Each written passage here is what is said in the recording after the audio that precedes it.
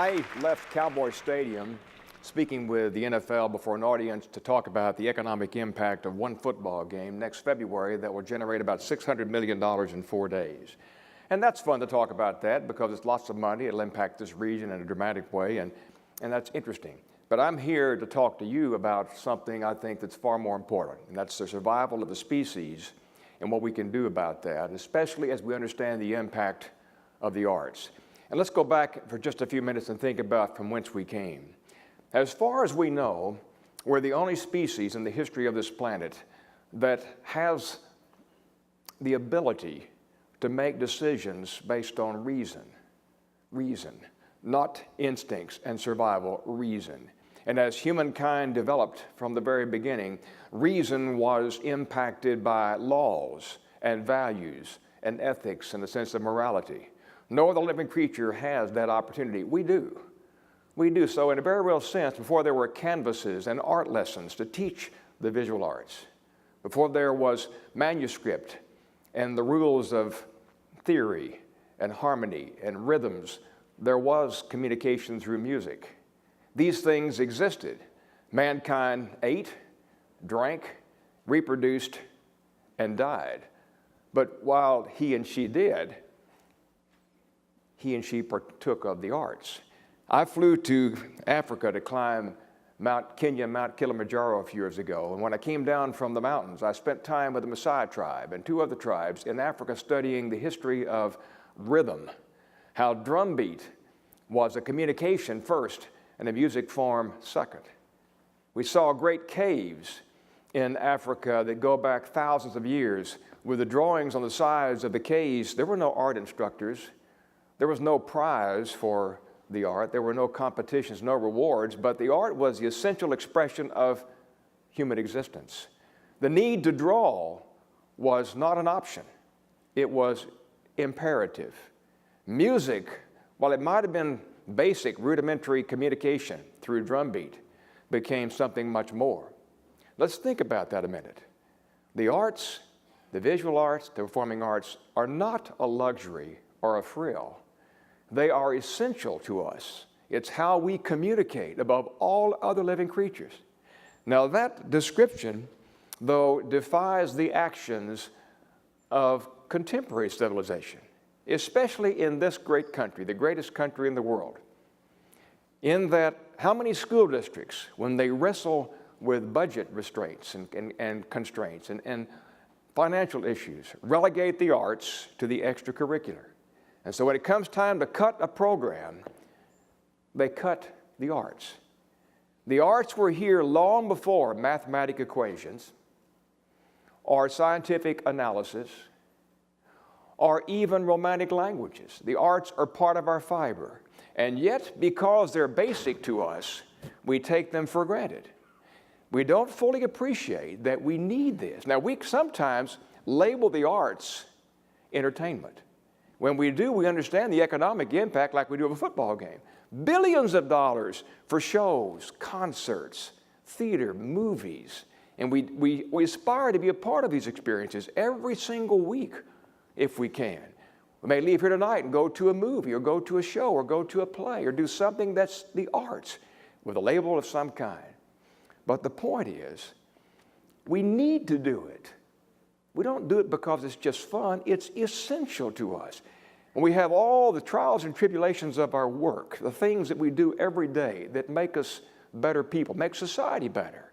We aspire for the time away from the rigors of the work to what? Enjoy the arts. So why is it we have the problem of understanding how important the arts are and those that perform the arts and teach the arts, how important this is to us? We have to change that. We have to change that. I gave a speech about 4 years ago in the campaign to build this great center. By the way, this theater and the one across the street and the amphitheater and the park that connects all this, these great venues are a living testament to the imagination and generosity of the families of this city. Some in this room today that built these. They didn't have to. It wasn't required. There was no great reward for them except this place, where they can enjoy the art forms that make their lives more meaningful. But they got together 10 years ago and they said, you know what? Let's build something here that will change the landscape in this great city and make Dallas whole. And this venue and the one across the street will do that in time, because in this building, great things will happen that portray life as it might be, storytelling. But in the campaign to build this center several years ago, I was asked to speak to a 5th grade class at a school over in Oak Cliff where I had grown up. So I went and talked about the arts, and I talked about the power of music and dance and theater to change lives and make life more meaningful and more beautiful. I thought I'd done a pretty good job with these little boys and girls till I got to the very end, so it came time for the Q&A. The little girl raised her hand. She said, out of the blue, she said, now, what if there are guys in flying saucers watching us here on Earth? What would they think we were good at?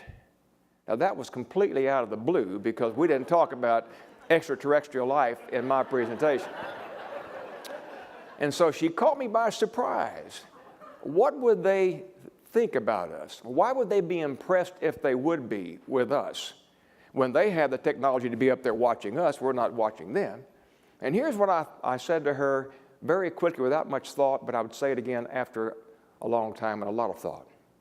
If in fact there are beings that observe us and they wonder about our immaturity and our extraordinary stupidity sometimes, the things that we do that put the planet in peril, wouldn't they be, though, amazed to hear Beethoven? Wouldn't they be astounded to hear that second movement, that 7th symphony? Bum, bum, bum, bum, bum, ba-da-dee. If they heard that, they'd know as a species we have a conscience. They'd know we had a conscience. Well, let's think about that in this context. As we go forward on this planet, we live in the greatest era of its existence. Mankind has the capacity to make change at enormous speed. We can do good and bad at record speed. We can change the world like not before, very quickly. The problem with that is the bad accompanies the good. But what role does the arts have in survival? What role does the arts have? I think it's this. It's not developing the next generation of ticket buyers and patrons of the arts that's essential.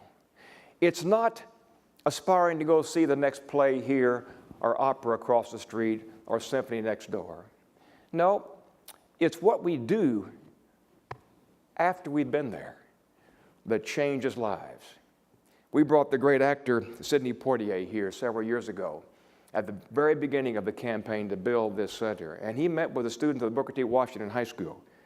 And they all sat around for about an hour talking about what they were doing in that school. These young boys and girls with extraordinary talents, academically and artistically. And Poitier talked about the essential importance of the arts. He said they're civilizing. When you hear great music, when you read poetry, which is an art form, or great literature, or you see a Shakespeare play, or you hear Beethoven, or you see wonderful dance, any kind of dance, makes no difference what kind. It changes the way you think. I know when times are rough, and there are always rough times for all of us, I get in my car, I go down Flora Street to the National Sculpture Center. I park and go in the center to the back of the garden, look back toward the museum, amongst the sculpture, and see Dallas. And that is a wonderfully reviving experience for me to see nature and art and this great city all blended into one unique combination. Then I go back and deal with the tough stuff, whatever it is. And sometimes when it's really tough, I just thank God we live on a planet where mankind had the ability to create the arts. The arts will save us if we understand that. Thank you very much.